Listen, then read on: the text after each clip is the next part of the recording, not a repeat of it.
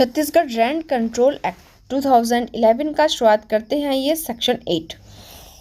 ये सेक्शन बात करता है, अभी तक हमने पढ़ा भाड़ा नियंत्रक अधिकरण, उसके बाद भाड़ा नियंत्रक जो कि आपके भाड़ा नियंत्रण अधिकरण के सबऑर्डिनेट रहेगा। उसके बाद सेक्शन 8 में जो आपका आता है, सेक्शन 8 में आता है भाड़ा नियंत्रण अधिकरण की जो शक्तियां और कार्य होंगे, यानी कि सेक्शन 6 में जो हमने भाड़ा नियंत्रण अधिकरण का गठन किया है, आखिर वो क्या क्या काम कर सकता है, क्या क्या उसकी पावर्स होंगी, ये देखते हैं सेक्शन 8 के अंतर्गत। तो देखिए यहाँ पर आपको 2 सबसेक्शन मिलेंगे इस धारा में, यानी कि ये धारा 2 पार्टों में डिवाइड है, जिसमें इसका सबसेक्शन 1 भी 2 पार्टों में डिवाइड है। सबसे पहले देखते हैं क्या कहता है। देखिए जैसे जिन जिन सेक्शंस में संशोधन हो चुका है हम वो आपको स्टार्टिंग में बता चुके हैं। सेक्शन 6 के जिन जिन प्रोविजंस में संशोधन हो चुका है हमने बता दिया।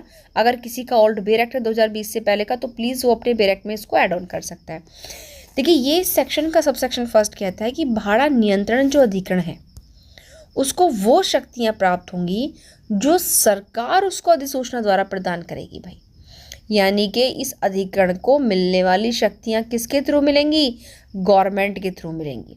और जिसमें क्या शामिल होंगे, सबसे पहले ध्यान रखनी ये चीज़ें इंपॉर्टेंट है प्री के लिए।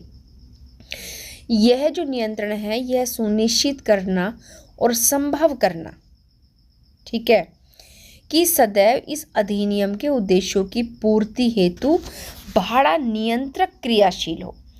अब भाड़ा नियंत्रण अधिकरण धारा 6 में, भाड़ा नियंत्रक धारा 7 में। तो सबसे पहला काम क्या है इसका, इस भाड़ा नियंत्रण अधिकरण का काम यह है कि भाड़ा नियंत्रक जो है वो अपने उद्देश्यों के प्रति कार्यशील है या नहीं है, अपने उद्देश्यों के प्रति एक्टिव है या नहीं है। क्योंकि सेक्शन 7 के सबसेक्शन 2 में आप देख रहे होंगे कि भाड़ा नियंत्रक भाड़ा नियंत्रण अधिकरण के अधीनस्थ होगा। तो वही तो बता रहे हैं भाई, तुम अपना काम सही से कर रहे हो नहीं कर रहे हो, ये भाड़ा नियंत्रण अधिकरण देखेगा, उसकी पावर है।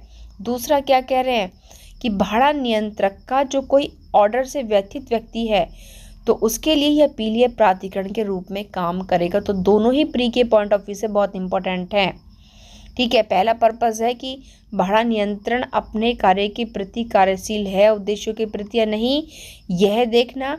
और दूसरा, अगर कोई व्यक्ति भाड़ा नियंत्रक के ऑर्डर से एग्रीव्ड है तो उसके आवेदन पर विचार करते हुए अपीलीय प्राधिकरण के रूप में भी काम कर सकता है। यानी कि भाड़ा नियंत्रक के जो ऑर्डर्स होंगे उनके अगेंस्ट अपील जो है भाड़ा नियंत्रण अधिकरण में की जा सकती है। उसके बाद हम देखते हैं इसका सबसेक्शन 2 जो ये कहता है कि भाड़ा नियंत्रण अधिकरण अपनी अवमानना के लिए क्या कर सकता है, दंड देने की भी पावर है इसको, जैसे कि हाई कोर्ट को है। तो बिल्कुल आपको देखने से लग रहा हो कि सारे कितने इंपॉर्टेंट है। और सबसे ज़्यादा इंपॉर्टेंट है सबसेक्शन 2 कि क्या भाड़ा नियंत्रण अधिकरण अपनी अवमानना के लिए दंड दे सकता है। बिल्कुल। तो कैसी शक्तियाँ होंगी, जैसी कि हाई कोर्ट को मिली हुई हैं, ठीक है। उसके बाद आते हैं नेक्स्ट सेक्शन पर, सेक्शन 9। यह धारा क्या कहती है कि भाड़ा नियंत्रक की शक्तियाँ और कार्य, यानी कि आपका 6, 7, 8, 9 ये उन्हीं से जुड़े हुए हैं और आगे भी उन्हीं से जुड़े हुए आएंगे। सेक्शन 6 आपका फिर रिकॉल करा देती हूँ। सेक्शन 6 जो है आपका बात करता है भाड़ा नियंत्रण अधिकरण के गठन की।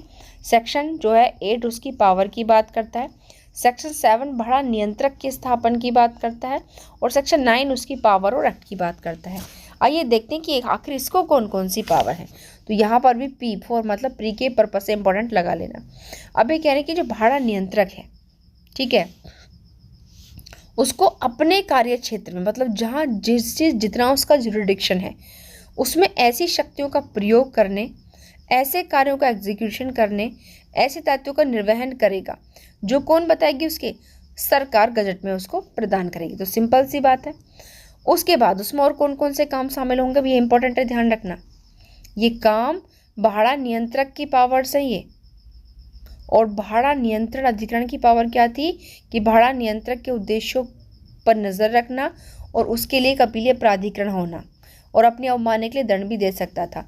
इसका क्या काम है, इसका काम है भाड़ा नियंत्रक की क्या शक्तियाँ और कार्य हैं कि भवन स्वामी और किराएदार के बीच जो विवाद होता है उनको निपटारा करेगा, भवन स्वामी और किराएदार को जो अधिकार प्राप्त है उनको सुनिश्चित करेगा, और भवन स्वामित्व कराधार के बीच जो ऑब्लिगेशंस होते हैं उनको परिवर्तित करेगा। ये 3 काम आपको अंडरलाइन करने हैं, ठीक है। यानी कि इनके बीच विवादों का निराकरण करना, अधिकारों को सुनिश्चित करना और उनकी बाध्यताओं को परिवर्तित करना, ये बातें आपको यहाँ पर ध्यान रखनी है। उसके बाद आता है इसका नेक्स्ट सबसेक्शन 2। ये भी प्री के पॉइंट ऑफ व्यू से बहुत ज़्यादा इंपॉर्टेंट है।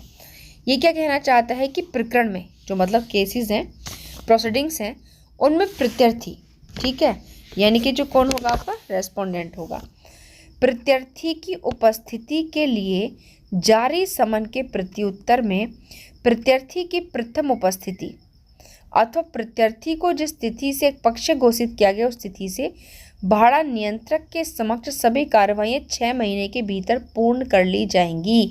ये लाइन आपको अंडरलाइन करनी है। बट यहाँ पर कुछ भी लिखा आपको केवल इतनी माइंड में अपने में केवल बात रखनी है कि भाड़ा नियंत्रक के समक्ष जो केसेस हैं, जो प्रोसीडिंग्स हैं, वो 6 महीने के भीतर पूरी कर ली जाएंगी, ठीक है। अब वो चाहे समन जारी करने के प्रत्युत्तर की तारीख हो या फिर उपस्थिति के प्रत्युत्तर की जो भी तारीख आपकी होगी, तो 6 मंथ आपको यहाँ पर ध्यान रखना है। नेक्स्ट आता है हमारा सबसेक्शन यानी कि धारा 10। ये कहती है कि भाड़ा नियंत्रक तथा भाड़ा नियंत्रण अधिकरण, अब ये दोनों क्या प्रोसीजर अपनाएंगे, ये जो अपना काम करते हैं रेंट कंट्रोल को लेकर के, ये प्रक्रिया कौन से अपनाएंगे दोनों। तो इन्होंने सीधी बात लिख दी है कि भाड़ा नियंत्रक और नियंत्रण अधिकरण CPC 1908 में नियत प्रक्रियाओं से बाउंड नहीं होंगे भाई ये, ठीक है। यानी कि CPC में जो प्रोसीजर दिया हुआ है उनसे बाध्य नहीं होंगे, किंतु वो नैसर्गिक न्याय के सिद्धांतों का पालन करते हुए, अंडरलाइन करनी है हर चीज़ें, यानी कि भाड़ा नियंत्रक और भाड़ा नियंत्रण अधिकरण जो है वो CPC के प्रावधानों से बाउंड नहीं होंगे, किंतु जो नैसर्गिक रूल्स होते हैं उनका पालन करते हुए अपने नियम खुद बनाएंगे। ये बात आपको यहाँ पर जो है बिल्कुल ध्यान देने वाली है। उसके बाद ये सारे काम कर सकते हैं, ये आप पढ़ लेना क्योंकि इतना यहाँ पर इम्पोर्टेंट नहीं है। फिर भी एक बार हम रीड आउट कर देते हैं ये क्या क्या काम कर सकते हैं। सबसे पहले तो ये अपनी प्रक्रिया खुद बनाएंगे, ये आपको ध्यान रखना है, ठीक है। किसी भी व्यक्ति को समन कर सकते हैं, ठीक है, उसको क्या कर सकते हैं, शपथ दिलाकर उसका परीक्षण करेंगे। दस्तावेजों की खोज उनकी प्रस्तुति की अपेक्षा कर सकते हैं, ध्यान रखना। निर्णय का रिवीजन, अपने ही निर्णय का रिवीजन कर सकते हैं। जो गवाह डॉक्यूमेंट्स हैं उनके परीक्षण के लिए कमीशन जारी कर सकते हैं। डिफॉल्टर एक पक्ष कार्रवाई की याचिका को भी खारिज कर सकते हैं। वैयक्तिक कर्मी के लिए किसी याचिका को खारिज करने के किसी आदेश या इसके द्वारा एक पक्ष पारित किसी आदेश को आपास्त कर सकते हैं। ये चीज़ें, ये वाला फैक्ट इंपॉर्टेंट रखना है। इसको पूछ सकते हैं कि क्या ऐसा काम कर सकते हैं दोनों, बिल्कुल। विधिक प्रतिनिधियों को अभिलेख पर ला सकते हैं, अन्य कोई भी विषय जैसा विहित किया जाए ये इस काम को कर सकते हैं। नेक्स्ट है सबसेक्शन 2। ये कह रहा है कि भाड़ा नियंत्रण अधिकरण लिखित में आवेदन तथा उसके लिए कारणों को अभिलिखित किए बिना कोई स्थगन प्रदान नहीं करेगा। ये इंपॉर्टेंट है, ध्यान रखिएगा। इसमें ये क्या कहना चाहते हैं कि जो भाड़ा नियंत्रण अधिकरण, नियंत्रक की बात नहीं कर रहे, ये इंपॉर्टेंट लगा लेना। ये भाड़ा नियंत्रण अधिकरण लिखित में आवेदन तथा उसके कारणों के को अभिलिखित किए बिना कोई भी स्थगन प्रदान नहीं करेगा। यानी कि भाड़ा नियंत्रण अधिकरण अगर कोई एडजॉर्नमेंट देगा तो उसके रीज़न जो है रिटर्न में रिकॉर्ड करेगा। ये बात आपको बिल्कुल ध्यान यहाँ पर रखने वाली है, ठीक है। उसके बाद यहाँ पर जो है ये सबसेक्शन 3 इसका इतना खास इंपॉर्टेंट नहीं है। नेक्स्ट आते हैं हम सेक्शन 11 पर, जो बात करता है आदेश का एग्जीक्यूशन, ठीक है, कि भाई इनके द्वारा भाड़ा नियंत्रक या भाड़ा नियंत्रण अधिकरण के द्वारा जो ऑर्डर दिया गया है उसका एग्जीक्यूशन आप किस किस तरीके से करा सकते हो। तो ये यहाँ पर कहना चाहते हैं कि सबसे पहले तो टाइटल ज़रूरी है, execution for of the order, section 11। तो ये कह रहे हैं कि किसी भी पक्षकार के आवेदन पर, पहली बात उन्होंने वर्ड यूज़ किया, किसी पक्षकार के आवेदन पर जो भाड़ा नियंत्रक है वो विहित रीति से, मतलब जो रीति दी हुई है उसके अकॉर्डिंग फाइनल ऑर्डर या अगर कोई अन्य ऑर्डर दिया हो जो इस अधिनियम के अंतर्गत पारित किया गया हो, निष्पादन के लिए इनमें से कोई भी एक से अधिक तरीके यूज़ कर सकता है। तो सबसे पहले आपको तरीके ध्यान होने चाहिए। पक्षकार की जो चल या अचल संपत्ति है उसको कुर्क कर सकता है, सेल करने का ऑर्डर दे सकता है। विरोधी पक्षकार की अरेस्ट और डिटेंशन का ऑर्डर दे सकता है। अगर उसके एक या उससे अधिक खाते हैं तो उनको कुर्क या उनमें जमा राशि से आदेश की राशि का समायोजन किया जा सकता है, ठीक है। शासकीय सेवा के किसी भी राष्ट्रीयकृत बैंक, स्थानीय प्राधिकरण, निगम, शासकीय कंपनी के कर्मचारी के वेतन और भत्तों की भी कुर्की की जा सकती है। सारे ध्यान रखने आपको। आदेश के एग्जीक्यूशन के लिए एडवोकेट को ऐसे पारिश्रमिक पर आयुक्त के रूप में नियुक्त किया जा सकता है, ये भी आपको यहाँ पर ध्यान रखना है। और आवेदक को परिसर का कब्जा प्रदान किया जा सकता है। ठीक है, तो यहाँ पर ये चीज़ आपको केवल फाइनल इतनी ही ज़रूरी है, इनको आप ध्यान रखना। इनमें से कभी कभी प्री में क्वेश्चन पुटअप होता है, ज़्यादा नहीं होता है। नेक्स्ट सबसेक्शन 2 में ये क्या कहना चाहते हैं, सबसेक्शन 2 में इनका कहना है कि अंतिम फाइनल ऑर्डर है उसके एग्जीक्यूशन हेतु आदेश में अथवा इस अधिनियम के अंतर्गत पारित किसी अन्य आदेश में स्थानीय प्रशासन या स्थानीय निकाय या पुलिस की सहायता की अपेक्षा भाड़ा नियंत्रक कर सकेगा। यानी कि जो भाड़ा नियंत्रक है वो किसी केसेस में इन लोगों की हेल्प की भी अपेक्षा कर सकता है कि भाई इस मामले में आप भी मेरी हेल्प करो। ठीक है, उसके बाद अब हम आते हैं अपने नेक्स्ट के सबसेक्शन 3 जो है यहाँ पर इतना मेनली इम्पोर्टेंट नहीं है। ठीक है, उसके बाद आते हैं अपना सबसेक्शन 4 पर। सबसेक्शन 4 यहाँ पर क्या कहना चाहता है, देखो ये कह रहा है कि भाड़ा नियंत्रक अंतिम आदेश या इस अधिनियम के अधीन पारित किसी अन्य आदेश के संबंध में कार्यवाहियों का जो एग्जीक्यूशन करेगा वो संक्षिप्त तरीके से संचालित करेगा। अंडरलाइन करना है, कैसे करेगा वो कार्यवाहियों का एग्जीक्यूशन संक्षिप्त तरीके से करेगा। और इस धारा के अधीन किए गए निष्पादन के लिए प्रस्तुत आवेदन का निराकरण विरोधी पक्षकार की सूचना तामील होने की तिथि से 45 दिन के भीतर करेगा। तो दोनों चीज़ें जो है यहाँ पर सेक्शन 11 के सबसेक्शन 4 के अकॉर्डिंग जो है बहुत ज़रूरी है। ठीक है, यानी कि धारा इस अधिनियम के अंतर्गत जो ऑर्डर दिया है उसकी कार्यवाही का एग्जीक्यूशन शॉर्ट तरीके से करेगा और एग्जीक्यूशन के लिए जो दूसरी पार्टी ने आवेदन किया है उसका निराकरण जब विरोधी पक्षकार को उस आवेदन की सूचना की तामील हो जाती है तो 45 दिन के भीतर जो है करेगा। ये बात आपको यहाँ पर ध्यान रखनी है। नेक्स्ट आता है हमारा सेक्शन 12 जो बात करता है भवन स्वामी तथा किराएदारों के अधिकार और बाध्यताएं। ठीक है, तो यहाँ फिलहाल इस सेक्शन में मैं आपको केवल इतना ही कहूँगी कि आपको भवन स्वामी और किराएदारों के अधिकार और बाध्यताओं के संबंध में ये ध्यान रखना है कि यह आपके सेक्शन 12 के अंतर्गत दिए हुए हैं। सबसे पहले आइए अब देखते हैं कि इनकी दो चीज़ें, देखो उनके राइट भी और ऑब्लिगेशंस भी दोनों होंगे उन पर, मतलब एक तरीके से अगर उनके अधिकार हैं तो कर्तव्य भी होंगे। तो कौन से का किस शेड्यूल में दिया हुआ ये बताएंगे, बट आपको याद रखना चाहिए कि कौन से के अधिकार बाध्यताएं किस शेड्यूल में दी हुई, क्योंकि इसके अंदर जो है 4 अनुसूचियां भी दी हुई हैं। ये बात आप ध्यान रखिएगा। कितनी अनुसूचियां हैं? 4 हैं इस अधिनियम के अंतर्गत। तो सबसे पहले बात करते हैं किराएदार की। तो यहाँ पर पहले आएंगे भाई अधिकार, क्योंकि पहले तो अधिकार ही मिलेंगे ना भाई। तो ये कहना चाहते हैं कि प्रत्येक किराएदार को अनुसूची 1 के अनुसार अधिकार प्राप्त होगा। अधिग्रहण तथा भाड़ा नियंत्रक सदैव किराएदार को इन अधिकारों को सुनिश्चित कराने हेतु कार्य करेंगे। यानी कि जो भाड़ा नियंत्रण अधिकरण होगा या फिर जो भाड़ा नियंत्रक होगा वो उसके अधिकारों को सुनिश्चित करने के लिए कार्य करेगा। तो अनुसूची 1 में किराएदार के अधिकार दिए हुए हैं और अनुसूची 2 में भवन स्वामी के अधिकार दिए हुए हैं। तो बात समझ में आ गई। अनुसूची 1 में किराएदार के अधिकार और अनुसूची 2 में भवन स्वामी के अधिकार, और इनके अधिकारों को सुनिश्चित करने का काम कौन करेगा? अधिग्रहण और भाड़ा नियंत्रक। ठीक है,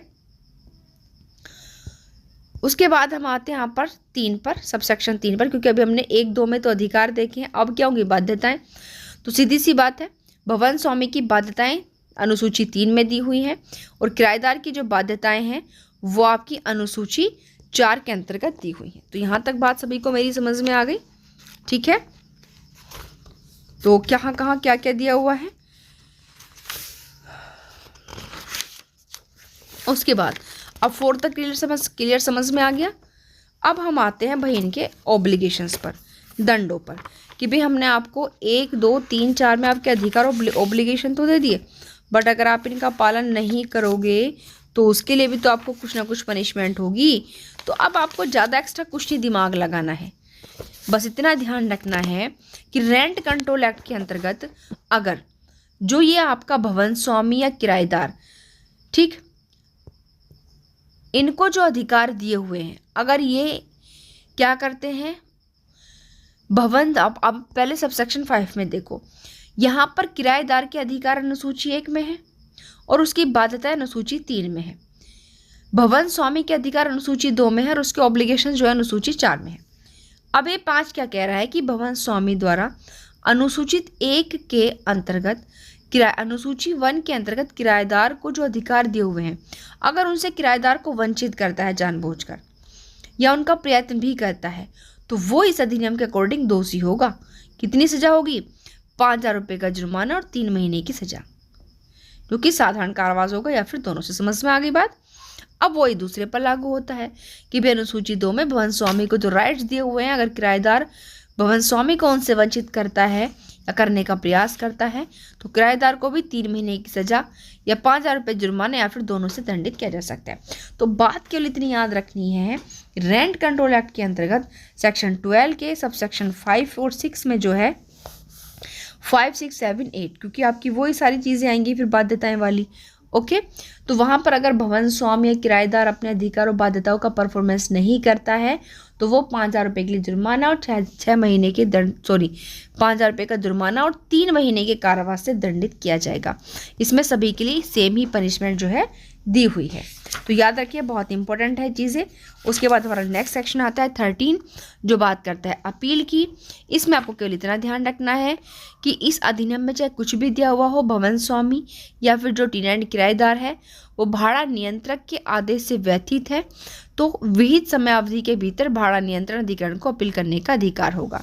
तो ये सिंपल, ये चीज़ आप पीछे भी पढ़ चुके हो सेक्शन आप 7 में, ठीक है, 8 में, जहाँ पर भाड़ा नियंत्रण अधिकरण की जो शक्तियाँ और कार्य हैं वो दिए गए थे। तो इतना तो आप जानते हो कि भाड़ा नियंत्रक के ऑर्डर से व्यथित व्यक्ति जो है वो भाड़ा नियंत्रण अधिकरण को अपील करेगा, और अगर भाड़ा नियंत्रण अधिकरण के आदेश से व्यथित है तो फिर वो कहाँ अपील प्रस्तुत करेगा?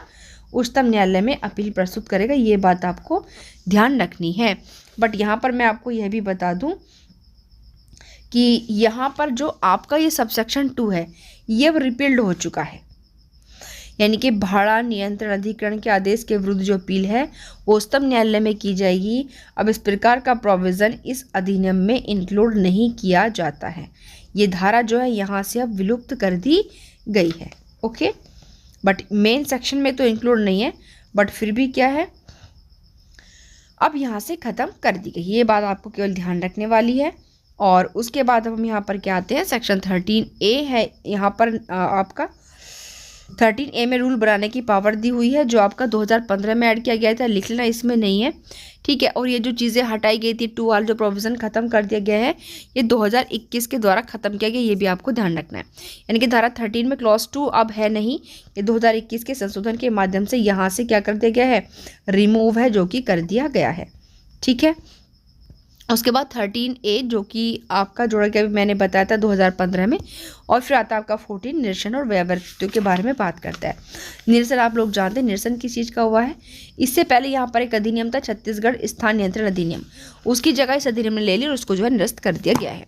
तो ये इस तरीके से छत्तीसगढ़ का रेंट कंट्रोल एक्ट, जिसमें आपके 14 सेक्शंस थे, हमने कंप्लीट कर दिया। तो प्लीज़ इस वीडियो को आखिर तक देखिएगा और साथ ही साथ अपने सभी उन स्टूडेंट्स, अपने उन फ्रेंड्स में जो छत्तीसगढ़ जुडिशरी का एग्ज़ाम दे रहे हैं, इस वीडियो को शेयर करें ताकि हर कैंडिडेट को आसान और छोटी सी वीडियो के अंतर्गत जो है पूरा Chhattisgarh rent control act clear हो जाए। Thank you.